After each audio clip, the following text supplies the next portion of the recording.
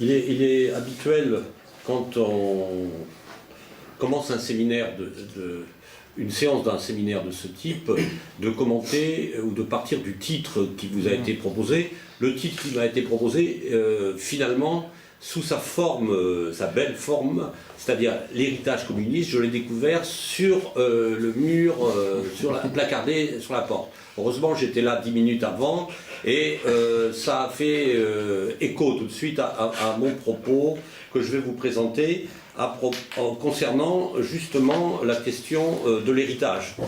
Mon propos sera organisé en 3 parties. Une première partie sur la question de l'héritage communiste. De quel héritage parle-t-on? C'est, comme Alain Berthaud a bien voulu le reconnaître, c'est un vaste sujet. Hein.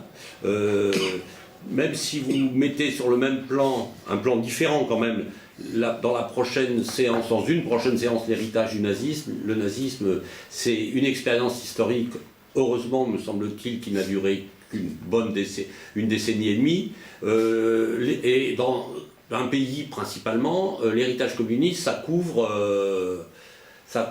et géographiquement et historiquement des espaces temps très vastes et diversifiés et beaucoup plus importants. Et en même temps, je pense que ce n'est pas de même nature. D'où la nécessité d'une première réflexion sur cet héritage communiste référé à la question qui m'a été posée, celle de l'analyse et de l'action concernant l'État, le politique et les mobilisations. Mais ça, ma première partie, ça sera cette réflexion sur l'héritage. Ma deuxième partie, ça sera sur le rapport avec l'histoire du marxisme. Quel rapport avec l'histoire du marxisme? Et on ne peut pas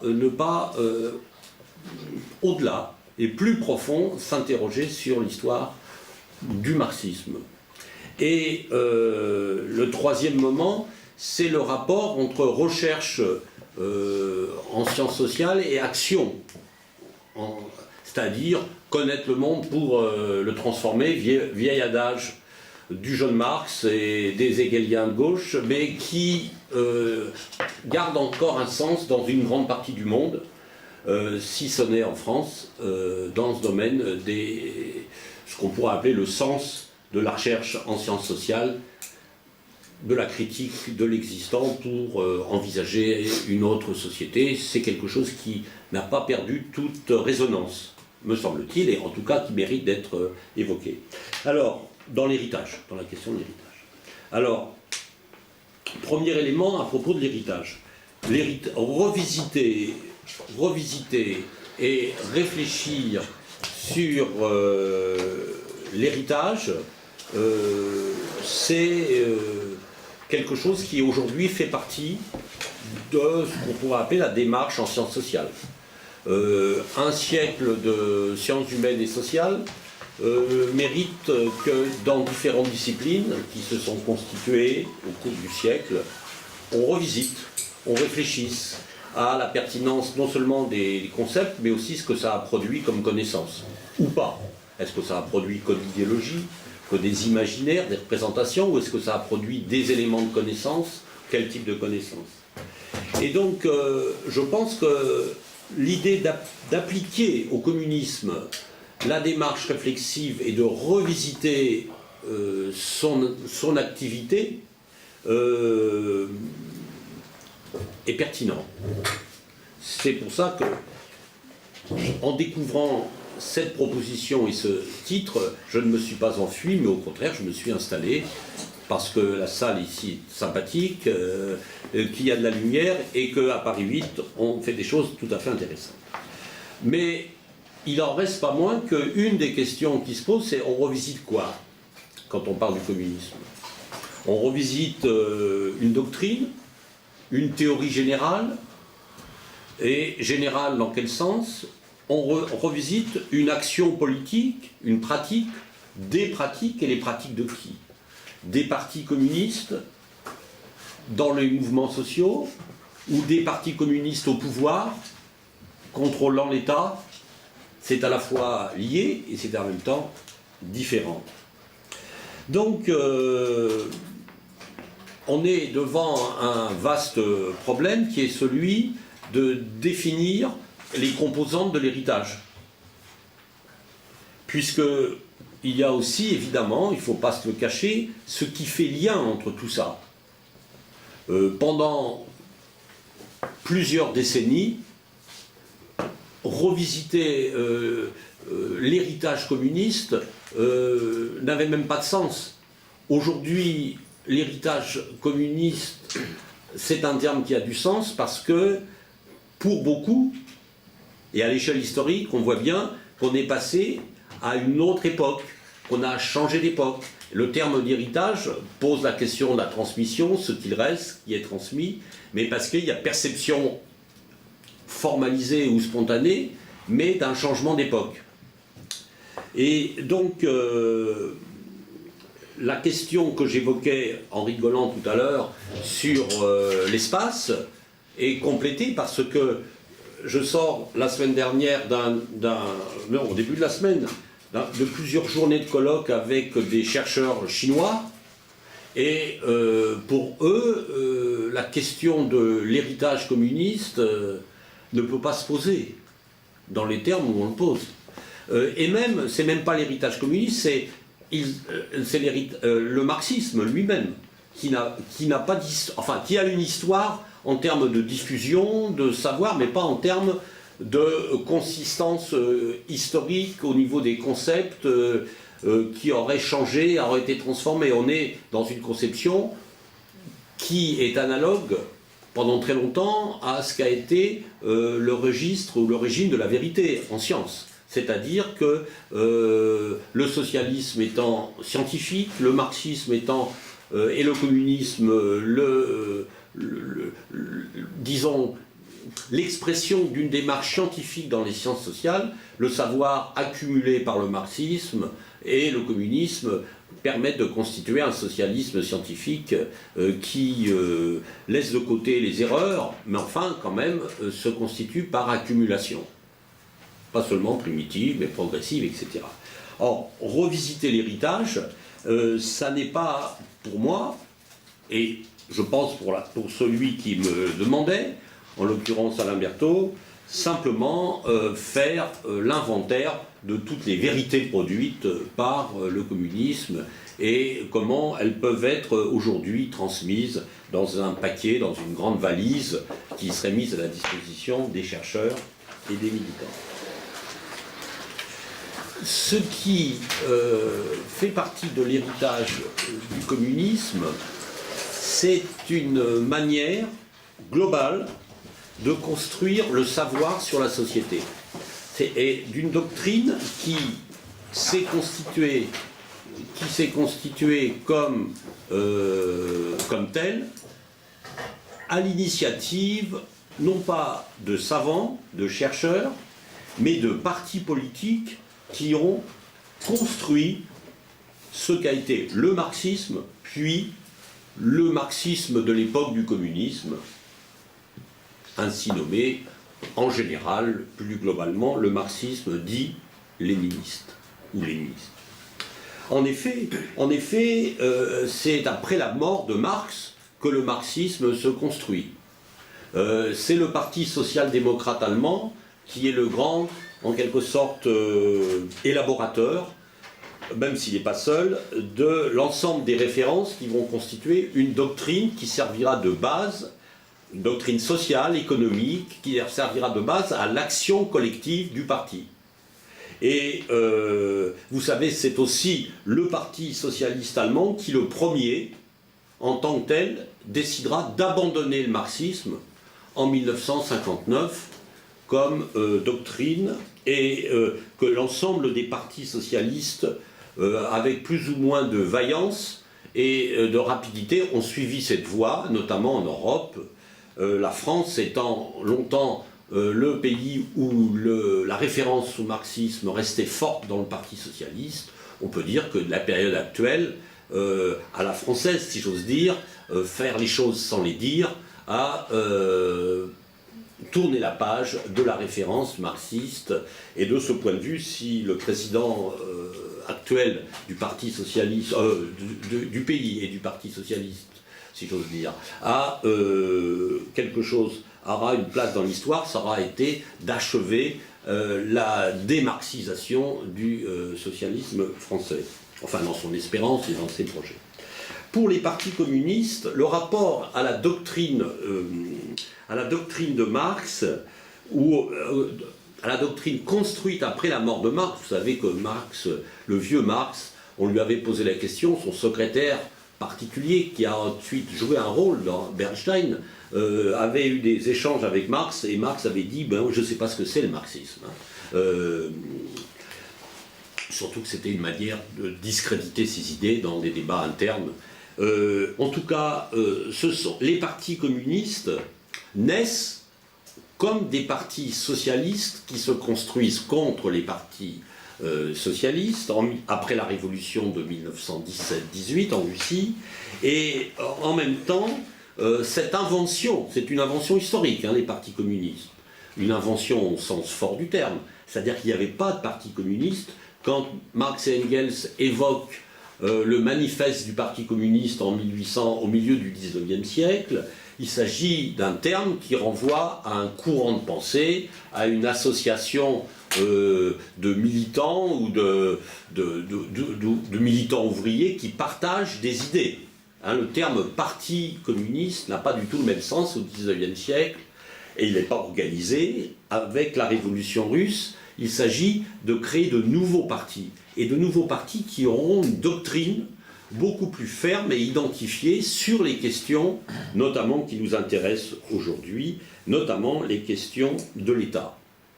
Ce qui est important, c'est que la construction d'une doctrine, d'une doxa, si on veut faire chic, communiste, se construit dans les années 1920. Je ne vais pas vous raconter une histoire dont je m'occupe par ailleurs de façon historienne, hein. Mais là, je suis là comme historien, en essayant de faire, en quelque sorte, de dialoguer avec des anthropologues qui ont besoin de s'élever par rapport aux événements conjoncture historique qui font le miel des historiens, hein, et qui s'y perdent bien souvent. En ce qui concerne les partis communistes, la structure qui a diffusé, qui a codifié ce qui va devenir ensuite un héritage, c'est l'Internationale communiste et le Parti communiste de l'URSS. Hein. Dans les années 20, Lénine est mort, et après la mort de Lénine, il y a l'invention du marxisme léniniste. Et le marxisme-léninisme a été inventé par ceux qui se disputaient l'héritage, justement. Il y en avait deux principaux qui se disputaient et qui ont fabriqué le terme lui-même, c'est Zinoviev et Staline. Il y avait Boukharine aussi, il y avait Trotsky, mais il n'avait pas le même instinct propriétaire du terme. Je n'entre pas dans le détail. Simplement, ce qu'il faut dire, c'est que la doctrine du marxisme-léninisme a été la forme historique de la diffusion du marxisme par les partis communistes du milieu des années 20, ou de la fin des années 20, jusqu'aux années 1980, pour la plupart des partis communistes du monde, et pour certains encore, même s'ils sont peu nombreux, ils représentent un poids qui n'est pas négligeable. Le Parti communiste chinois, c'est à peu près 100 millions d'adhérents. Le Parti communiste vietnamien, c'est aussi pas mal d'adhérents, mais c'est différent, il ne faut pas les confondre du tout. Le Parti communiste chinois, c'est le marxisme-léninisme plus la pensée Mao. Ça reste, hein, la pensée Mao, c'est tout. Donc on voit bien que dans l'héritage, il y a un type de savoir qui a été codifié à différents moments, et qui a permis de diffuser des références, des notions, au-delà de l'Europe, dans le champ international. Quand on parle d'héritage communiste, alors moi j'ai commis il y a quelques années, il y a 2 ans ou 3 ans, aux éditions de l'Atelier, un livre sur l'histoire de l'international communiste. On voit bien que c'est, je l'ai amené ce bouquin, que c'est important quand on parle d'héritage. Moi j'avais intitulé, ou j'ai intitulé le bouquin, le sous-titre « Le rêve déchu du Parti mondial de la Révolution ». C'est-à-dire que dans l'ambition intellectuelle, politique du communisme, il y a l'idée d'un parti mondial de la Révolution. Pas seulement une révolution mondiale, mais un parti mondial de la Révolution. Et ceci est important parce que c'est ceci qui va être un peu le vecteur de la diffusion d'un modèle de parti, et d'un modèle de doctrine qui est les références de l'action de chaque parti. D'abord unifié autant que faire se peut par l'internationale communiste. On arrive au bout, dans les années 30, à près 70 partis communistes qui vont se développer dans tous les continents. C'est la première fois qu'apparaisse un type de projet politique de ce genre. Ce projet politique, il aura des effets directs ou indirects. On sait que la plupart de ces partis communistes ont connu des avatars, des histoires très différentes, que dans la deuxième moitié du XXe siècle, sous des formes diverses, ils disparaîtront. Pour autant, la question de l'héritage est tout à fait importante. Que l'on se préoccupe de l'histoire de l'Afrique, de la période dite de la décolonisation ou de l'Afrique du Sud, qu'on se préoccupe de l'histoire de l'Asie, du Moyen-Orient ou de l'Amérique latine, cette question de l'héritage est tout à fait importante quand on parle soit des gauches politiques dans ces différents pays, soit aussi du rôle et de la place des intellectuels critiques dans les sociétés de ces différents pays. Alors, je dirais que ce qu'il y a de commun à la fin du XXe siècle, après je reviendrai plus précisément sur l'Europe et la France, ce qu'il y a de commun, c'est que par le biais des partis communistes et de ce que l'on pourrait appeler de leur environnement intellectuel, maisons d'édition, journaux, universités populaires, associations, ont été diffusés des concepts qui sont des concepts qui sont à la fois ceux de la lutte des classes, de l'existence des classes, de la critique de l'État et du lien entre la domination capitaliste et domination politique, sous des formes très variées, avec des histoires et des manières de dire les choses souvent très variées. Et enfin, dernier élément qui a été diffusé, qui est assez commun, c'est les intellectuels ou ceux qui ont la connaissance ont une responsabilité sociale dans soit le maintien de la domination, soit dans la critique de la domination. En quelque sorte, les savants ont un rôle dans la cité, alors c'est surtout vrai dans les pays qui étaient encore des pays sous domination coloniale, soit ils sont du côté du colonisateur, soit au contraire, ils contribuent au combat pour l'indépendance, la libération sociale. Et là, dans l'héritage communiste, il y a eu dès le départ un grand débat. La lutte pour l'indépendance nationale, ça veut dire former un État, former une nation, et quid à ce moment-là, quoi, de la révolution sociale? Faut-il ou pas séparer révolution sociale et révolution nationale et État? On sait qu'en Asie ou qu'en Afrique ou qu'en Amérique latine, les réponses n'ont pas été les mêmes partout, parce que l'histoire de ces territoires n'était pas la même.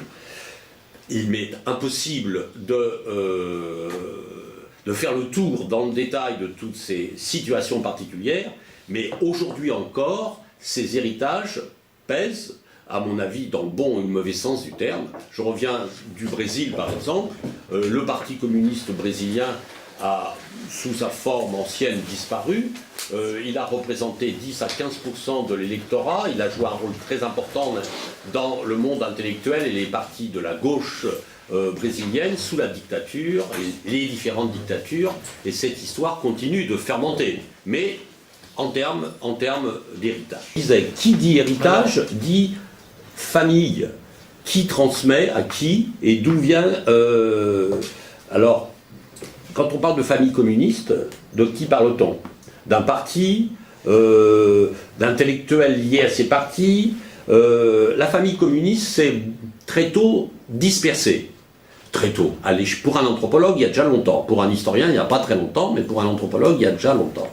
La famille communiste, le modèle de l'unité du mouvement communiste explose dès les années 50 en Europe, avec les aventures ou les débats autour de l'autogestion, du socialisme yougoslave et du rapport à la nation, avec la naissance des mouvements tiers-mondistes, de la troisième voie, c'est tout à fait important, puis le conflit sino-soviétique à la fin des années 60, puis en Europe, ensuite, l'affrontement nord-sud, est-ouest autour de l'eurocommunisme. Et on a donc des crises successives. Et à l'intérieur de ces crises successives, géographiques, si j'ose dire, il y a aussi des crises de la doctrine.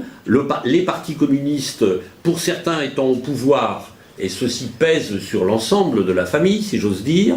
Il y a le développement d'une extrême gauche qui va critiquer de gauche les partis communistes et leur institutionnalisation et développer une conception critique du communisme sur leur gauche en voulant revenir ou en prétendant revenir aux fondements marxistes du communisme abandonné par les communistes. Ce mouvement, nous allons les retrouver à partir, sous une forme importante, à partir des années 60 et jusqu'aux années 80. Et donc, on m'a demandé aujourd'hui d'être raisonnable, après avoir fait ce panorama complètement exotique et sans limite. Je vais devenir beaucoup plus raisonnable en me concentrant sur les questions qui concernent l'État, et les problèmes des mobilisations politiques, puisque c'était la demande précise. Simplement, en distinguant, évidemment, à chaque fois, ce que l'on pourrait appeler les différents moments de cet héritage, ou de l'histoire qui a constitué cet héritage. Je dirais les choses de la manière suivante. L'héritage est constitué de plusieurs strates, et il y en a au moins deux grandes strates pour aller vite. Il y a une strate qui est celle du communisme institutionnel et relativement unifié de la première période, ce que j'appelle la première période, moi, dans mon langage d'historien généraliste, c'est des années 20 aux années 60. Et puis une deuxième période qui est la strate des tentatives de renouveau interne, le développement du marxisme universitaire et de la rencontre entre marxisme et recherche en sciences sociales, et qui court des milieux des années 60 aux années 80, voire 90. Alors, si l'on essaye de revenir sur... c'est ma deuxième partie. Ma deuxième partie, j'essaie de tenir les temps. Ma deuxième partie est justement la manière dont la question de l'État et la question des mobilisations est devenue un élément important de la doctrine des partis communistes. Première remarque, ça n'a pas toujours été le cas. C'est-à-dire, lorsque le marxisme était la doctrine des partis socialistes, avant la Révolution russe, pour aller vite, avant la Première Guerre mondiale. La Première Guerre mondiale était aussi importante que la Révolution russe, de ce point de vue. Mais à la fin du XIXe siècle, au début du XXe siècle, dans ce qu'on appelle le marxisme de la social-démocratie, la question de l'État et même la question des mobilisations politiques et sociales est secondaire, faible. Ce qui est au centre du marxisme de Kautsky, par exemple, de Jules Guesde, c'est-à-dire des dirigeants des partis socialistes allemands ou français, ou Paul Lafargue, le gendre de Marx, eh bien c'est la critique du capitalisme. C'est la critique sociale du capitalisme, de l'exploitation, la misère sociale, la critique du travail même, du travail capitaliste, Et ce qui est mis en avant, c'est la transformation du travail et des rapports sociaux capitalistes. Mais la question de l'État et la question des mobilisations sont ramenées essentiellement au rôle du parti. C'est le parti socialiste qui va, grâce à sa pédagogie, mais grâce aussi à son action politique sur le terrain parlementaire et électoral, permettre la transformation sociale. C'est le temps de ce qu'on a appelé dans le marxisme, c'est un marxisme essentiellement européen, européen, il faut bien voir, pratiquement un peu le Japon, à quelques diffusions du marxisme, imprégnation avant la guerre de 14, mais autrement c'est européen. C'est le temps du projet collectiviste. L'idée c'est que justement la société va se transformer sous forme d'une organisation collective de la production, des moyens de production et de répartition des richesses. De ce point de vue, l'héritage marxiste et socialiste se distingue de la vision et de la théorie de à chacun son outil, de la théorie proudhonienne, pour aller vite, ou de la conception selon laquelle la terre aux paysans, la mine aux mineurs et le métier à tisser aux tisserands. Hein. C'est pas ça la conception collectiviste. Mais en même temps, ce qui d'ailleurs était assez, comment dire, non pas orthogonal avec la pensée de Marx, mais on avait laissé une partie de ce qu'avait été la réflexion de Marx, c'est la question de l'État et contournée à travers un objectif qui est la politisation des ouvriers grâce au suffrage universel. Il ne faut jamais oublier que le combat pour le suffrage universel est un combat politique considérable, le droit de vote, pour aller vite, et qui n'existe pas encore pour l'essentiel en 1880, et en 1914, on peut dire que presque tous les pays européens ont instauré le suffrage universel masculin. Mais presque tous, parce que songez qu'en Italie, c'est seulement en 1912 qu'on instaure le suffrage universel. Donc la pratique est encore très limitée. Mais en même temps, l'horizon du suffrage universel apparaît comme un horizon qui va permettre à la majorité du peuple de s'exprimer, et donc, par le vote, de transformer l'État, et le système politique en tout cas.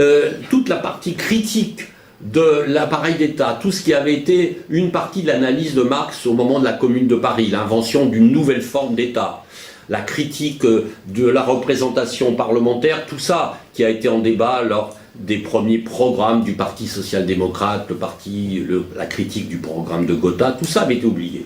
Tout ça est mis de côté. Et de même, les mobilisations sociales apparaissent essentiellement comme des mobilisations politiques. Il y a une méfiance à l'égard de ce qu'on pourrait appeler la grève, la mobilisation sociale économique, qui n'apparaît pas porteuse de changements politiques. Seule une fraction de la gauche socialiste de l'époque, pensons notamment à Rosa Luxembourg, qui, après la Révolution russe, qui a montré l'imbrication compliquée entre mobilisation politique, sociale, culturelle, va développer la théorie de la grève politique de masse. Et la gauche socialiste en Allemagne s'opposera de ce point de vue à la direction de la majorité du Parti social-démocrate. En France, on a aussi Sorel qui reprend un peu ces idées et qui critique, mais globalement, c'est seulement après donc 1918, 1920 que d'une part la question de l'État et d'autre part la question des mobilisations politiques de masse vont devenir en quelque sorte non pas le cœur, mais vont être situés au centre de la réflexion de la doctrine du marxisme avec les partis communistes. Alors, premier élément à propos de l'État. On y reviendra. Non, on n'y reviendra pas, il faut que j'aborde ça parce que j'aurai plus le temps. Alors, quelques jalons pour que vous ayez des points de repère. Vous savez que l'Internationale communiste est créée en 1919. elle va exister pendant quelques décennies, elle disparaît en 1943. Le terme même de parti communiste est proposé par Lénine quand il rentre en Russie, après son exil, et il le dit, c'est pour se différencier des partis sociodémocrates. Et revenons à un terme qui n'a pas été galvaudé, en gros, pour aller vite. Mais ce qui compte, c'est évidemment l'analyse théorique. Dans les premiers congrès de l'Internationale communiste, il est signalé que 2 points ont été sous-estimés dans le marxisme du socialisme. Ces 2 points, c'est d'une part la question du rôle de l'État et de la démocratie bourgeoise, et deuxièmement, la question du parti révolutionnaire. Et c'est autour de ces 2 questions, la nature de l'État et le type de parti politique, pour réaliser les mobilisations sociales, que la doctrine, que l'on peut dire la théorisation communiste va se développer. Alors, dans cet ouvrage là, sur l'Internationale communiste, j'ai consacré un chapitre à l'histoire de la théorie de l'État. Et d'autre part, la critique de l'état de classe, et puis un chapitre sur la conception même du parti et des mouvements sociaux. Si l'on prend les grands moments de construction de la doctrine, les premières années des années 1920, on peut dire que sur l'analyse de l'État, il y a une analyse qui est une analyse selon laquelle, alors toujours dans l'héritage communiste, il faut bien voir, c'est permanent, c'est l'idée qu'il faut revenir à Marx. En permanence, on revient à Marx. Il y a ceux qui ont bien lu Marx et ceux qui ont mal lu Marx. Marx sert en quelque sorte de référence incontestable ou incontestée, mais ce n'est pas forcément le même Marx dont on parle. Parce que les livres de Marx n'ont pas tous été traduits, sont mal connus. Certains livres sont des livres d'action, des articles, des pamphlets politiques, d'autres sont des analyses qui se veulent scientifiques et théoriques, et qui sont plus compliquées à connaître. On peut dire que, par exemple, tout ce qui est la contribution à la critique de l'économie politique, les éléments d'analyse philosophique, et même le livre 2 ou 3 du Capital ne sont pas connus, jusque dans les années 30, pratiquement. Donc quand on parle de Marx, on fait référence au livre 1 du Capital, à ses grands écrits politiques, et au débat avec les Proudhoniens et la guerre civile en France. Mais ce qui est en quelque sorte présenté comme l'élément fondamental, nouveau, c'est que la guerre, puis la révolution russe ont montré qu'il fallait détruire l'État bourgeois pour faire la révolution.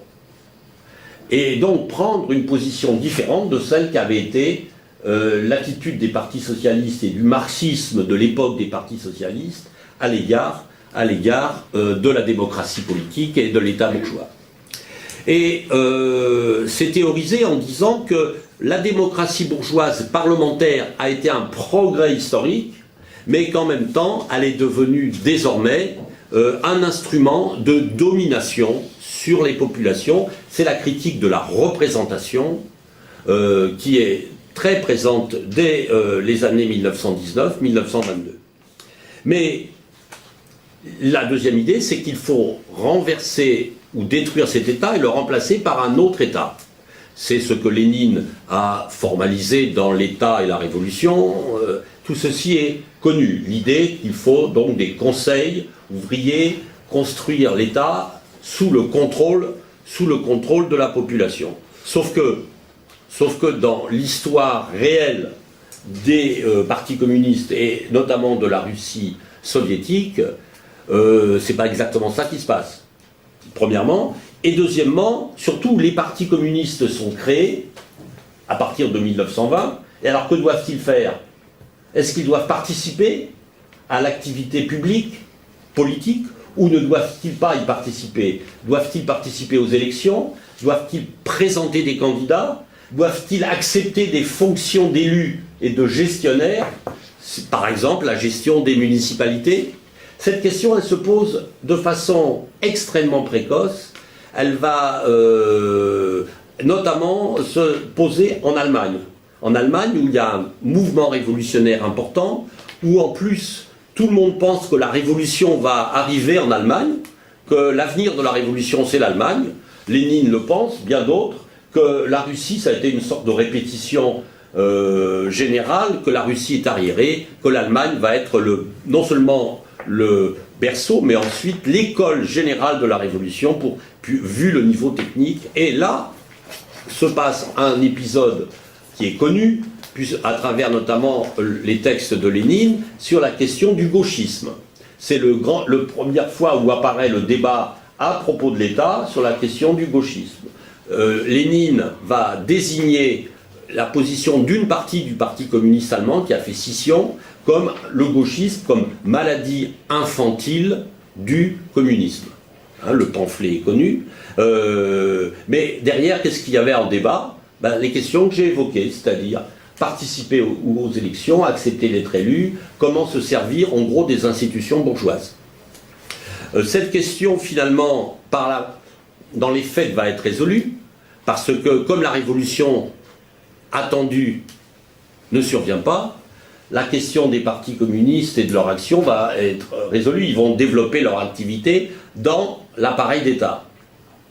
Ils vont donc accepter l'appareil d'État, mais en même temps, dans le projet politique, jusqu'au début des années 30, l'idée est qu'il faut non seulement détruire l'État, mais que la démocratie bourgeoise n'est pas défendable.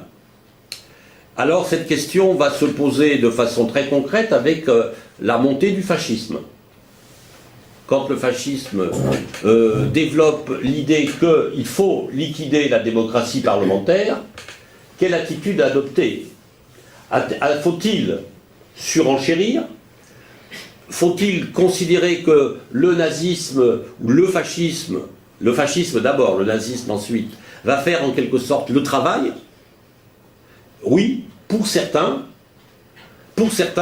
le nazisme ou le fascisme va en quelque sorte contribuer à la destruction de la démocratie bourgeoise, et désormais la question c'est fascisme ou révolution, et c'est pas démocratie ou révolution. Donc dans les années 20 se développe une conception qui est une conception, alors il y a des débats, qui est la conception qui va se formaliser autour de la thèse, oui, la formule classe contre classe, d'un côté la classe ouvrière porteuse des idées de la révolution, de l'autre côté l'ensemble des classes bourgeoises propriétaires, bourgeoises capitalistes et propriétaires, c'est une simplification, qui défendent l'État bourgeois, qu'il soit fasciste ou démocratique.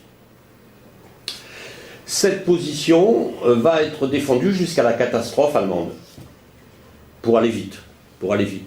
1933-1934, c'est la catastrophe. J'aime bien employer le terme parce que le fascisme était vu comme les mouvements d'extrême droite qui ne pouvaient survenir, autoritaires et obscurantistes et régressifs, qui ne pouvaient survenir que dans des pays retardés, que dans des pays peu développés.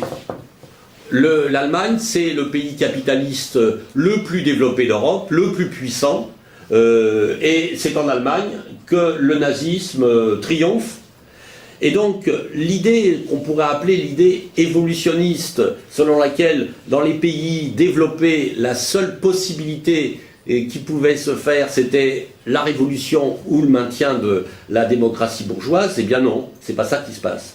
À partir de 1934, il y a une révision dans les faits de l'analyse de l'État, qu'on pourrait appeler une analyse tactique, une révision tactique de l'État, de l'analyse de l'État. Cette révision, elle va distinguer les formes politiques de l'État en considérant que l'État bourgeois, même s'il demeure un État de domination de classe, les formes politiques de la domination ne sont pas indifférentes. Voilà. La forme démocratique, même limitée, la démocratie politique, a permis au monde ouvrier d'obtenir des droits, des libertés collectives qu'il faut défendre. Donc l'idée, ça sera de défendre les libertés collectives reconnues, le droit de se syndiquer, le droit de vote, le droit de manifester, reconnu dans les formes dites de la démocratie bourgeoise, qu'il faut désormais défendre. Les fronts populaires, la construction des fronts populaires, c'est d'abord autour de cette question. Défendre les libertés démocratiques et l'État, dans la mesure où il est même bourgeois, ces formes ne sont pas indifférentes. Mais on voit bien qu'il y a un prix à payer, du point de vue doctrinaire, c'est-à-dire on considère que la révolution n'est plus d'actualité. C'est-à-dire qu'en fait, c'est l'idée qu'il y a une critique de l'État, la critique fondamentale de l'État bourgeois est reportée à plus tard. On est dans une sorte d'étape intermédiaire. Et en même temps, on crie « Vive les soviets !» Vive la révolution soviétique et la destruction de l'État bourgeois, mais pour l'heure, la révolution n'est plus d'actualité. Vous voyez, ça veut dire qu'il n'y a pas une révision fondamentale de la doctrine, il y a une adaptation de la doctrine qui tient compte de la réalité historique, si on veut. Est-ce qu'il y a des travaux de recherche à ce moment-là, en sciences politiques, en philosophie politique, qui s'inspire du marxisme, pour penser cela? On peut dire qu'il y en a, mais à la périphérie des partis politiques communistes, ce sont soit des individus isolés ou exilés ou en prison. La prison étant un lieu qui parfois permet paradoxalement une certaine liberté d'expression, même si elle est contrainte. C'est le cas de Gramsci.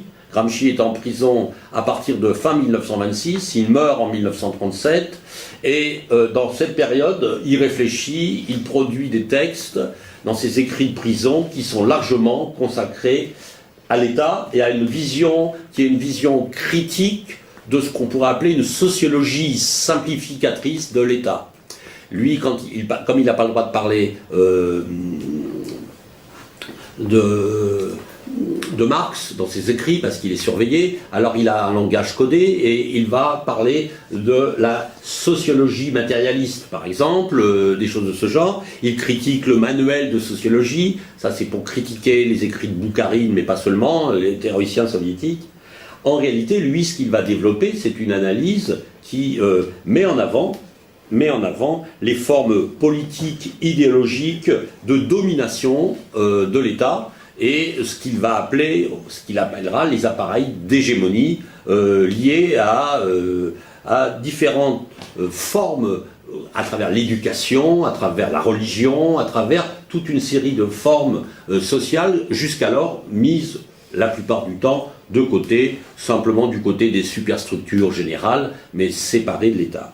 En fait, Gramsci est totalement ignoré de son vivant, et même après sa mort, sur le fond. On va découvrir ou réutiliser Gramsci seulement à partir de la fin des années 50, et surtout dans les années 60 et 70.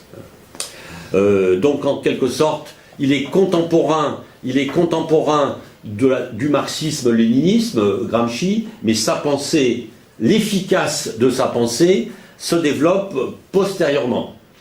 Et si l'on prend la pensée de Lukács sur la conscience de classe, sur le rapport à la mobilisation politique, ça va m'amener à rapport conscience sociale, parti, on a quelque chose qui est un peu de même nature. Et si l'on prend les réflexions de marxistes allemands qui sont exclus du Parti communiste, qui sont exclus comme dans l'école de Francfort, ceux qui réfléchissent sur les rapports sociaux, les rapports entre politique, rapports interpersonnels, le sujet, les formes de domination, tout ça est ignoré dans la doctrine marxiste-léniniste de l'époque. Vous voyez, on peut être contemporain et ne pas avoir une pensée dont l'efficacité est contemporaine.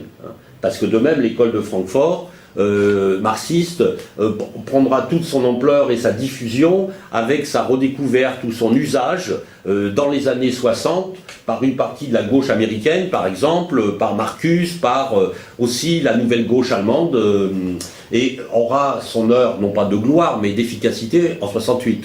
Vous voyez, donc il y a des phénomènes de décalage. Et pourtant, tout ça appartient au monde communiste. Mais cette famille communiste, comme je l'ai dit, elle n'est pas totalement unie.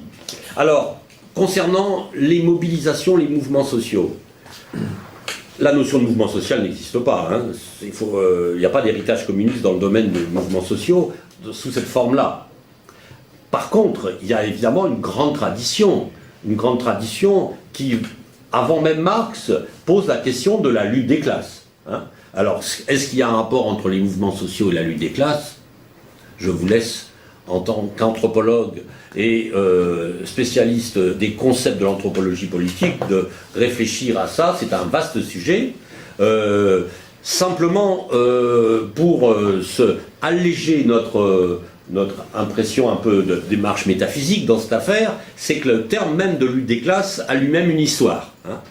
Quand Marx récupère cette notion de lutte des classes qui vient des historiens français du début du XIXe siècle pour expliquer la lutte entre la bourgeoisie et les nobles, et qui font souvent mettre ça en liaison avec les Gaulois et les Romains, et les Gallo-Romains, vous voyez, il revisite ça. Dans le manifeste communiste, quand il dit que toute l'histoire des sociétés humaines jusqu'à nos jours a été l'histoire des luttes de classe, il va en quelque sorte mettre en place l'idée qu'il y a des groupes sociaux dont les intérêts s'affrontent.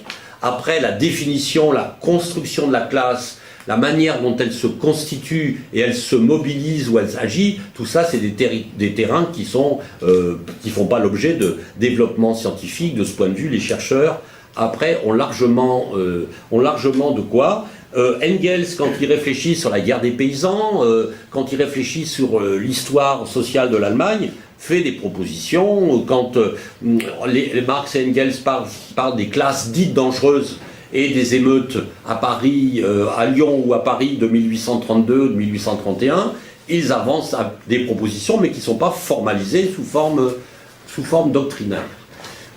C'est toujours pareil. La construction d'une doctrine de la lutte des classes, c'est vraiment dans le marxisme-léninisme.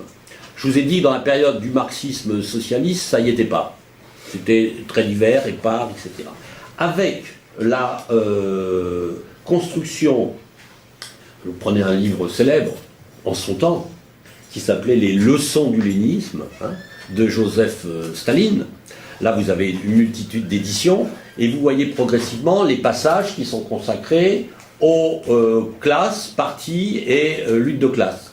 Et là, on voit ce qu'on pourrait appeler une manière de hiérarchiser les luttes de classe. Il y a les luttes qui sont les luttes économiques. Il reprend des idées que Lénine avait développées dans les débats sur l'économisme, sur le trade unionisme, etc. À la base, il y a les luttes les plus, comment on va dire, les plus élémentaires, mais en même temps les plus limitées. Les luttes revendicatives, économiques, immédiates, dont les révolutionnaires doivent toujours à la fois se soucier et se méfier. Et donc ils doivent les diriger et les encadrer. En ce sens, les syndicats qui dirigent ou qui organisent ces revendications ne peuvent absolument pas être laissés à eux-mêmes. Ils doivent être en quelque sorte pilotés, encadrés, dirigés par le parti révolutionnaire, qui doit donner un sens à ces luttes revendicatives ou économiques en les transformant en luttes politiques. C'est ça qui, évidemment, dans votre sujet ou votre questionnement me semble intéressant. Et quel est l'opérateur?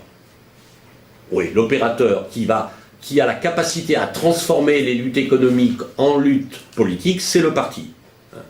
Donc le parti qui est conçu comme une avant-garde, pas forcément comme un parti de masse. Le parti est un parti qui dirige, qui organise et qui justement va orienter ces luttes économiques pour en faire des luttes politiques. Et ce qui est important, et ce qui est original, c'est l'idée que ces luttes économiques et ces luttes politiques ne sont pas forcément électorales. C'est une nouveauté par rapport à ce qu'était le socialisme. La nouveauté, c'est que le socialisme avait accepté l'idée, sauf, je vous fais grâce du cas anglais, hein, du trade unionisme, parce que là, c'est le syndicat qui crée le parti. Mais autrement, et c'est pas une petite exception, ça compte à l'échelle mondiale, c'est important, mais enfin bon. Mais en général, les partis socialistes avaient en quelque sorte conçu l'idée qu'il y avait des domaines séparés, mais liés, entre le syndicat, une division du travail en quelque sorte, entre syndicat et parti. Dans la conception communiste, l'idée c'est que le parti est dirigeant et il doit diriger y compris le syndicat. Pas directement, mais indirectement, par des fractions à l'intérieur, par les dirigeants et par la définition des bonnes formes de lutte et de revendication. Cette conception est tout à fait importante parce qu'elle va souvent avoir comme effet de politiser le mouvement syndical. Et de ce point de vue, ça a des effets tout à fait importants sur la construction des mots d'ordre syndicaux, c'est-à-dire de faire que les syndicats produisent des mots d'ordre transversaux, généraux, qui ne soient pas que catégoriels. De ce point de vue, le syndicalisme communiste est un syndicalisme qui constitue souvent une manière d'unifier, de contribuer à constituer le groupe social ou la classe, en reprenant la vieille formule, et là les formules de Marx sur le fait qu'une classe ne peut pas exister si elle n'a pas conscience d'elle-même. Le syndicat, avec le parti, doivent contribuer à constituer ça à travers des mots d'ordre, etc. Mais en même temps, cette conception débouche sur une vision qui est subalterne des luttes économiques. Les luttes économiques sont importantes, mais elles sont subalternes par rapport aux luttes politiques. Et c'est quoi les luttes politiques? Eh bien, c'est la lutte concernant l'appareil d'État. Ça peut être aussi des luttes d'un caractère général, la défense de l'URSS. Ça peut être des objectifs politiques nationaux. Par exemple, là, ça peut être la lutte pour l'indépendance, pour la défense nationale. C'est des luttes qui peuvent... la reconstruction du pays. Enfin bon, c'est-à-dire que le syndicat et la revendication économique est subordonnée. Ça va atteindre des moments importants parce que l'organisation syndicale est considérée comme une organisation de masse, large, le parti comme un petit groupe de militants qu'on appelle des révolutionnaires professionnels. Surtout dans les pays d'illégalité, les pays où la démocratie politique n'existe pas, où les partis n'existent pas sous forme légale. Ce modèle, qui est inspiré par l'expérience russe, connaît évidemment une diffusion relativement, non pas facile, mais une diffusion qui n'a pas de réticence dans les pays colonisés, dans les pays de dictature. Comment s'organiser sinon avec ce modèle? Par contre, dans les pays de l'Europe du Nord-Ouest, les pays de l'Amérique du Nord, ce type d'organisation est très faible et ne marche pas. Je ne développe pas. Je crois que j'arrive à peu près 3 quarts d'heure. Hein. Non? Je peux encore prendre un quart d'heure. 10 minutes. Bon, je les prends parce qu'il faut que je termine. Hein. Oui. Faut que ça va. Bon, un quart d'heure. Cette conception du parti, en fait, est souvent, dans la réalité, déviée. Elle fonctionne essentiellement dans les périodes de confrontation brutale. Guerre civile, guerre étrangère, guerre coloniale, de décolonisation, de libération. C'est-à-dire les périodes d'affrontement politico-militaire. Pour la France, c'est le cas de la période de la résistance et de l'occupation. Vous avez un système qui est un peu de ce genre. Les comités populaires, les organismes sociaux clandestins sont pilotés, dirigés par le parti. Mais si on regarde en temps de paix, en temps de ce qu'on pourrait appeler de calme politique au sens des institutions parlementaires et démocratiques qui existent dans l'Europe, par exemple de l'Ouest, en France, eh bien, le modèle ne marche pas. Il ne marche pas, soit que le parti reste tout petit et il n'a pas beaucoup d'influence. Il a de l'influence, mais je vais vous prendre un exemple classique qui peut vous intéresser. parce que c'est vraiment assez intéressant, c'est les États-Unis. Aujourd'hui, on connaît mal l'histoire du mouvement ouvrier américain et le rôle des communistes dans cette affaire. Dans les années 30, le rôle des communistes va s'affirmer dans le syndicalisme, les grandes occupations d'usines, des grandes corporations, l'automobile, du New Deal, enfin à l'époque du New Deal, de la mine, etc. À l'époque de Roosevelt, pour aller vite, et pendant la Seconde Guerre mondiale. Mais toujours à l'intérieur du syndicat, et le Parti communiste américain reste extrêmement minoritaire, quelques dizaines de milliers d'adhérents, mais il joue un rôle politique, intellectuel tout à fait important, de direction, sinon occulte, vous voyez, d'encadrement du mouvement syndical, au moment des occupations d'usines, de la nouvelle législation sociale, etc. Et puis l'autre exemple très différent, c'est celui de la France, ou de la Tchécoslovaquie, où là vous avez des partis de masse. Le Parti communiste en France devient un parti de masse, c'était imprévu. Enfin, imprévu. Dans la doctrine, ça marchait, c'était pas prévisible. Hein. Il passe de 20 000, 30 000 adhérents à 350 000 adhérents. Et le syndicat lui-même passe à plus de 4 millions d'adhérents au moment du Front populaire. Après la guerre, on a de nouveau des chiffres de ce genre. Là, et en Italie, on va avoir la constitution également de partis de masse qui dépassent le million d'adhérents. Et certains vont théoriser l'idée qu'il faut faire un parti de type nouveau. Togliatti, qui a lu Gramsci, même s'il n'était pas, un fervent gramscien, c'est le moins qu'on puisse dire, mais va théoriser ce qu'on a appelé, quand il rentre en Italie, la svolta, le tournant de Salerno, la nécessité de faire un parti communiste de type nouveau, c'est-à-dire un parti de masse.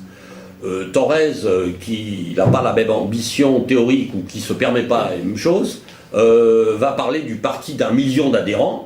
Et il remettra même solennellement la carte du millionième adhérent, même s'il a largement forcé les chiffres. Mais enfin, on ne peut pas reprocher à un dirigeant de parti, d'organisation quelle qu'elle soit, de forcer les chiffres de hier à aujourd'hui. Cette pratique est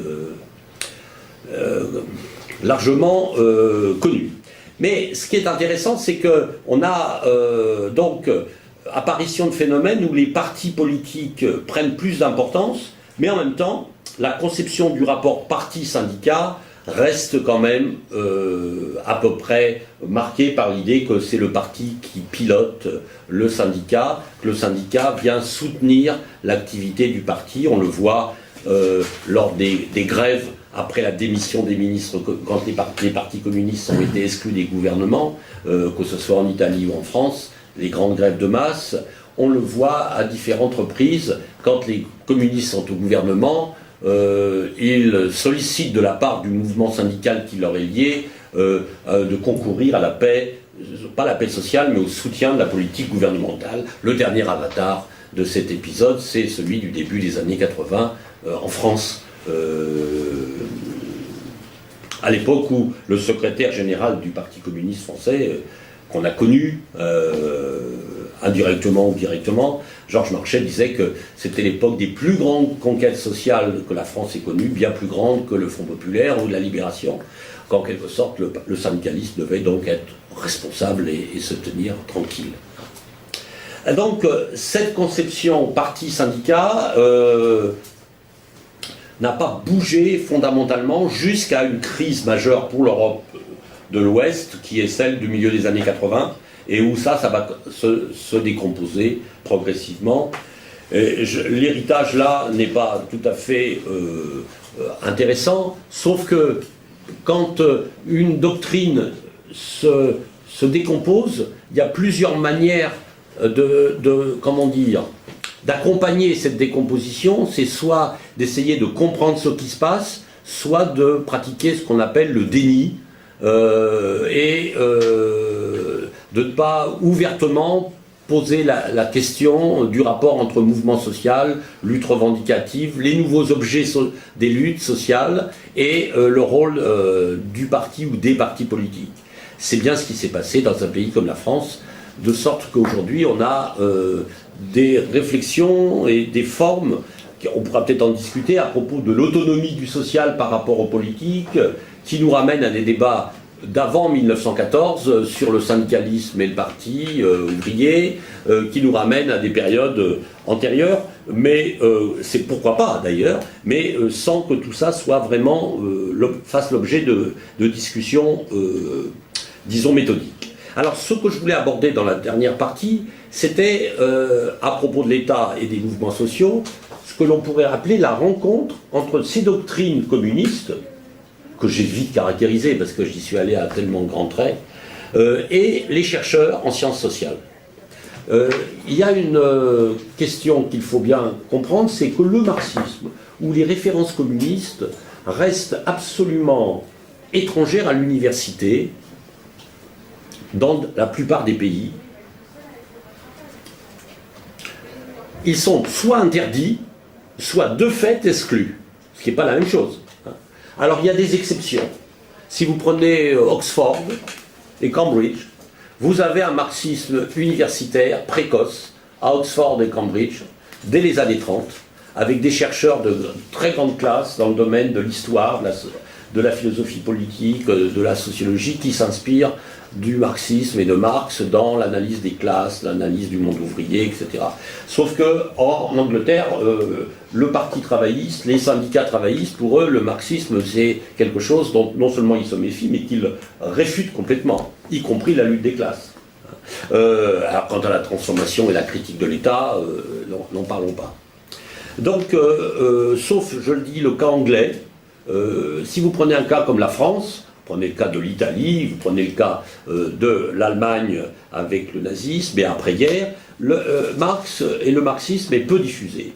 Après la Seconde Guerre mondiale, on va avoir au contraire progressivement une pénétration du marxisme, pas d'un seul coup, dans à la fois les programmes universitaires et la formation des étudiants qui vont accéder à la connaissance de Marx. Mais il faut attendre du temps, il faut attendre... Si vous prenez la France, bon, vous connaissez l'évolution de l'enseignement des sciences sociales. Vous savez que la sociologie n'existe pas comme discipline académique avant les années 60. Quant à l'anthropologie comme discipline universitaire académique consacrée, c'est encore un peu plus tard. Donc elle existe dans des musées, dans des laboratoires, dans des équipes, mais pas comme enseignement de masse.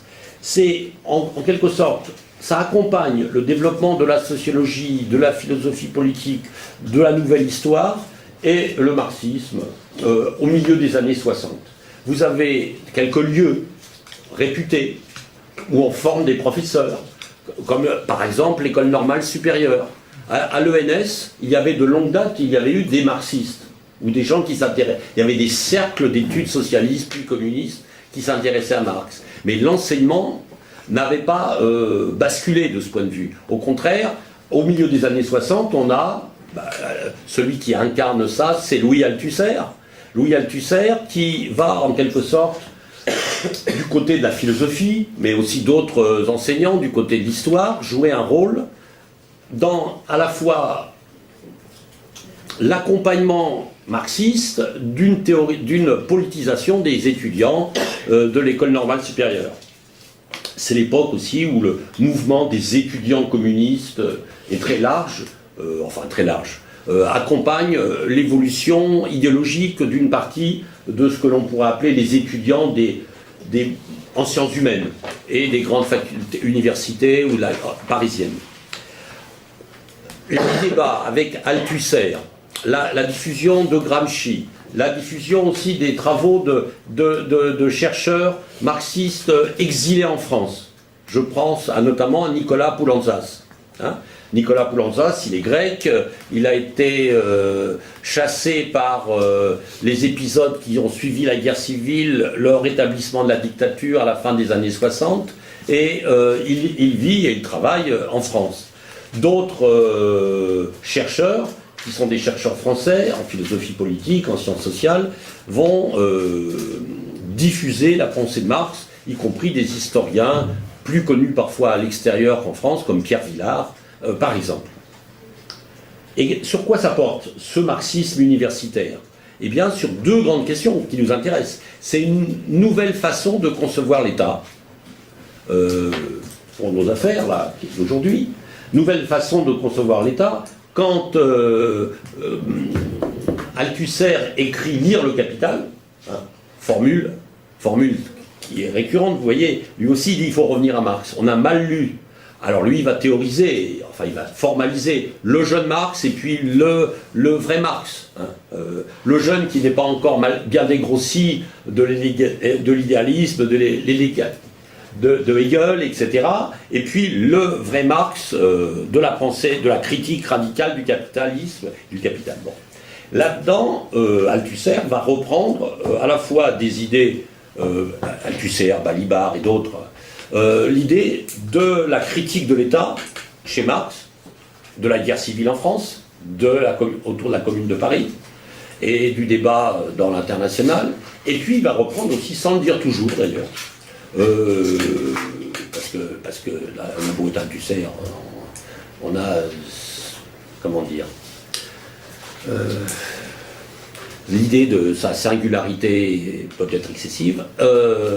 Sur l'appareil d'État, il emprunte à Gramsci l'idée de l'appareil idéologique et les appareils hégémoniques qu'il va lui appeler les appareils idéologiques d'État. Appareils idéologiques d'État qui vont connaître une grande fortune dans tout ce qu'est la sociologie de l'éducation, derrière les travaux, des travaux qui pensent notamment la transmission des connaissances, les héritiers, Baudelot, Establet, etc. C'est important parce que ça va faire sens avec des travaux d'une chercheuse qui s'appelle Bussy Glucksmann sur Gramsci et l'État au début des années 70, d'un groupe de recherche à Nanterre qui est autour d'une revue qui s'appelle la Revue Dialectique et qui ont en commun de dire le retour à Marx, c'est aussi penser autrement des grandes questions, notamment la question de l'État et des formes de domination de l'État. Alors évidemment, 68 est passé par là. Il y a toute la crise de l'université, l'interrogation sur le rôle des chercheurs et des universitaires, des maîtres à penser, etc. Donc tout ça forme un ensemble. Du côté du Parti communiste en France et d'une partie de la gauche socialiste, il y a aussi une réflexion qui est aussi, se présente comme un retour soit à Marx, soit à Lénine. C'est la théorie du capitalisme monopoliste d'État, ou plus exactement le lien entre l'État et les très grands groupes industriels, financiers, l'idée que justement l'État de classe, l'État capitaliste, ça n'est pas seulement l'État de la bourgeoisie, mais c'est autre chose. Alors là, cette réflexion, elle est évidemment liée à un projet politique qui est l'idée qu'on peut faire des alliances sociales avec des catégories de la petite ou de la moyenne bourgeoisie pour pouvoir transformer l'appareil d'État, transformer le système politique en ayant comme adversaire principal le grand capital. Derrière, c'est une stratégie qui est celle de l'union du peuple de France et qui récupère une partie de l'héritage du Front populaire en réalité. Mais ça développe toute une série de travaux qui sont intéressants et novateurs autour des formes nouvelles de domination grâce à l'État. En gros, pour aller vite, le marxisme, je n'ai pas pu en parler, ne s'était pas intéressé aux théories keynésiennes de l'État, c'est-à-dire aux théories qui faisaient de l'État, de l'État social aussi un État économiste qui permettait de relancer la croissance, de multiplier les investissements et de redistribuer. Pendant très longtemps, la critique du keynésianisme avait été une critique radicale, en niant même l'efficacité relative des politiques keynésiennes et du rôle de l'État dans la redistribution. C'était la social-démocratie qui avait au contraire fait de l'État keynésien ce qu'on pourrait appeler sa référence positive au moment en abandonnant Marx. Ce qui se passe au tournant des années 70, c'est qu'il y a l'idée qu'on peut avoir une réflexion sur l'état de classe en pensant les liens avec le grand capitalisme et le rôle économique nouveau de l'État. Bon. Je ne développe pas. L'autre versant des recherches, hérité du marxisme et du communisme, mais souvent en marge, c'est tout ce qui touche autour de l'autogestion, des nouveaux mouvements sociaux, et qui est une critique qui s'appuie sur l'expérience de 68 au sens générique du terme, et qui, du côté des sociologues, va connaître des dérives variées ou des évolutions variées, mais qui aborde la question du rôle du sociologue, des métiers dans ce domaine, des nouveaux métiers sociaux, de la formation à la connaissance de la société dans l'action politique et sociale. Ça, c'est pas Alain Berthaud que je vais apprendre ça, puisqu'il a étudié ça largement, il a longtemps mis ça dans ses analyses. Mais c'est vrai que quand on prend Alain Touraine, la réflexion de Touraine, elle se situe toujours par rapport au mouvement ouvrier du 19e siècle, du début du 20e siècle, et lui, il pense en termes d'héritage. En termes d'héritage, en termes de... Et maintenant, il faut la posture du chercheur dans la sociologie de la participation, de l'action et de l'observation associée, va en quelque sorte faire du chercheur un intervenant participant aux mouvements sociaux. Il s'appuie sur le cas de l'Amérique latine. Il ne faut jamais oublier qu'on est en Amérique latine dans des mouvements à l'inverse de l'Europe. C'est fondamental. C'est fondamental, puisque la démocratisation en Amérique latine est complètement stoppée au début des années 60 par la diffusion des nouvelles dictatures dans toute l'Amérique latine, avec une interrogation majeure sur ce qui se passe, des intellectuels, des chercheurs qui viennent d'Amérique latine en France, des exilés du Chili, du Brésil, d'Argentine, et qui vont participer d'ailleurs, vont alimenter tous les séminaires des chercheurs de l'école des hautes études en sciences sociales, des universités parisiennes, de Nanterre, et qui se posent ces questions, de Vincennes, de Paris 8, et qui se posent ces questions, c'est-à-dire à quoi servons-nous comme chercheurs? On est exilé, qu'est-ce qu'on peut faire et à quoi servent les sciences sociales? Et Touraine, avec d'autres, est là pour répondre, et le débat traverse toute la gauche latino-américaine. La gauche française, c'est la nouvelle gauche qui est porteuse de ça, la nouvelle gauche ainsi nommée nouvelle gauche, autoproclamée nouvelle gauche, par rapport au Parti communiste. Encore que, là je terminerai, c'est pas une pirouette, mais encore qu'au sein de la mouvance communiste, qui est quand même à cette époque, on a de la peine à l'imaginer aujourd'hui pour des étudiants de 2015, 2014, on a un parti communiste qui a commencé à se déprolétariser très nettement à la fin des années 60, mais qui est un parti de masse, autour de 500 000 à peu près adhérents. Réel, oui, réel. L'objectif du nouveau Parti socialiste. 500 000 adhérents, dans lequel les intellectuels, les étudiants, après 68, sont entrés en masse, et des jeunes chercheurs. Et si vous prenez l'engagement politique des enseignants-chercheurs dans les grandes universités, les lycées parisiens ou autres, vous trouvez une proportion, le syndicalisme, une proportion très élevée de sociologues, d'anthropologues communistes, de Godelier à Topalov, à plein d'autres. Vous pouvez prendre les réunions de l'Institut de recherche marxiste ou des cahiers du CERM et vous prenez les listes de ces intervenants, vous avez tous les jeunes chercheurs qui sont dans cette mouvance-là. Et c'est dans ces conditions, un peu à contretemps, que Alain et moi, à une époque, il y a longtemps, on a l'ambition de créer une revue qui s'appelait Société française et qui avait comme ambition d'aborder le lien d'une manière un peu différente de Touraine, mais entre la recherche, la critique sociale et les possibilités de transformation politique. Et cette revue, Société française, qui a duré une quinzaine d'années, qui est en ligne, vous pouvez la regarder en ligne, elle est entièrement numérisée. Vous retrouverez, on a joué le jeu, vous pouvez lire tous nos écrits de différentes périodes, mais elle avait comme objectif, et là, par exemple, un nombre important de professeurs de Paris 8, maintenant plus âgés, mais qui étaient jeunes à cette époque, en sciences de l'éducation, en sociaux, étaient des membres actifs de cette revue, participants de cette idée. Alors, belle idée, et qu'est-ce qu'est devenue cette belle idée? Qu'est-ce que j'avais mis à la fin?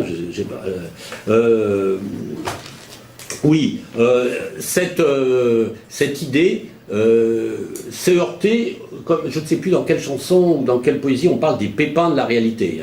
quand on a croqué la pomme. En tout cas, il y avait des pépins très forts et en gros, on a produit des connaissances dans cette revue, dans ces recherches, mais c'était assez emblématique, qui n'intéressait absolument pas ceux dont on pensait qu'ils pourraient en tirer profit.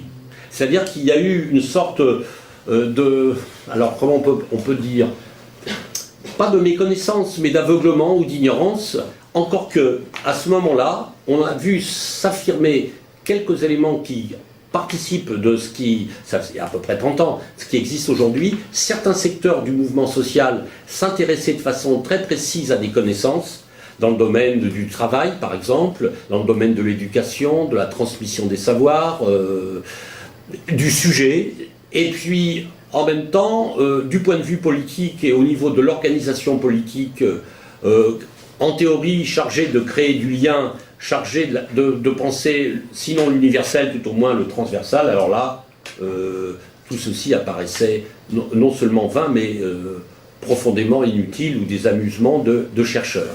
Il y a donc eu, sans aucun doute, une perte à un moment donné, une perte de sens même de cette ambition, de ce projet, qui a commencé à se déliter, c'est pas complètement par hasard, à la fin des années 80, au tournant des années 80-90. Voilà. En termes d'héritage, on pourrait affiner énormément sur ce thème-là, mais je ne pouvais pas ne pas terminer en parlant que c'était une question personnelle qui se posait aussi, de finalement, non pas ce qu'on a pu transmettre ou ce que j'ai pu transmettre dans ce domaine, mais de quoi suis-je le résultat. Puisque une partie de mes recherches, ensuite, se sont développées pour essayer de comprendre ce qui m'était, non pas arrivé, mais ce que j'avais fait. Et c'est à ce moment-là que, pour une part, je me suis ouvert à l'interdisciplinarité et aux sciences sociales, alors qu'avant, j'étais principalement un historisant. Voilà.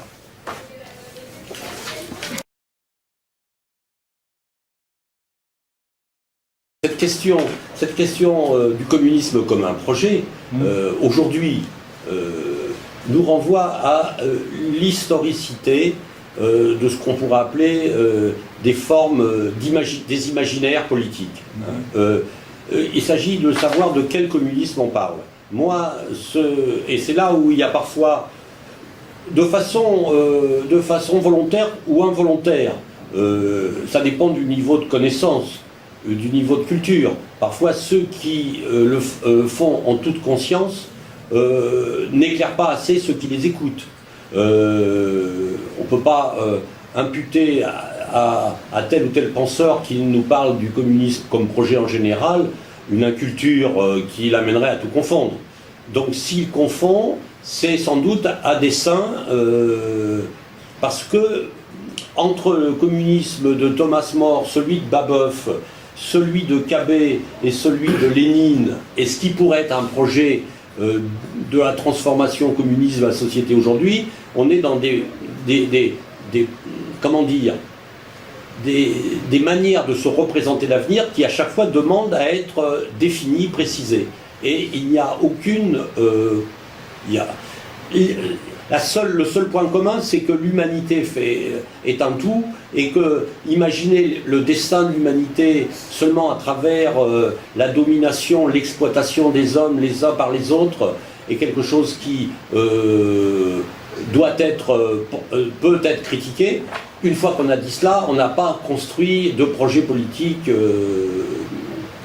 cohérent. Quand on est avec des populations qui étaient à peu près 40 millions, moins de 100 millions d'habitants à Terre en 1600, et 1 milliard en 1900 et 7 milliards et demi aujourd'hui, on a changé d'échelle. On a changé d'échelle, oui. Alors ça, c'est une chose. Et donc, tout ça pour dire que quand moi je fais référence à l'héritage communiste, je ne fais pas référence ni à Thomas More, ni à Babeuf, ni même à Blanqui ou à Cabet. Là, je faisais référence, c'était la demande, à la forme historique qu'a pris le communisme à travers les partis communistes créés en 1918, d'accord, et dont la plupart ont disparu aujourd'hui.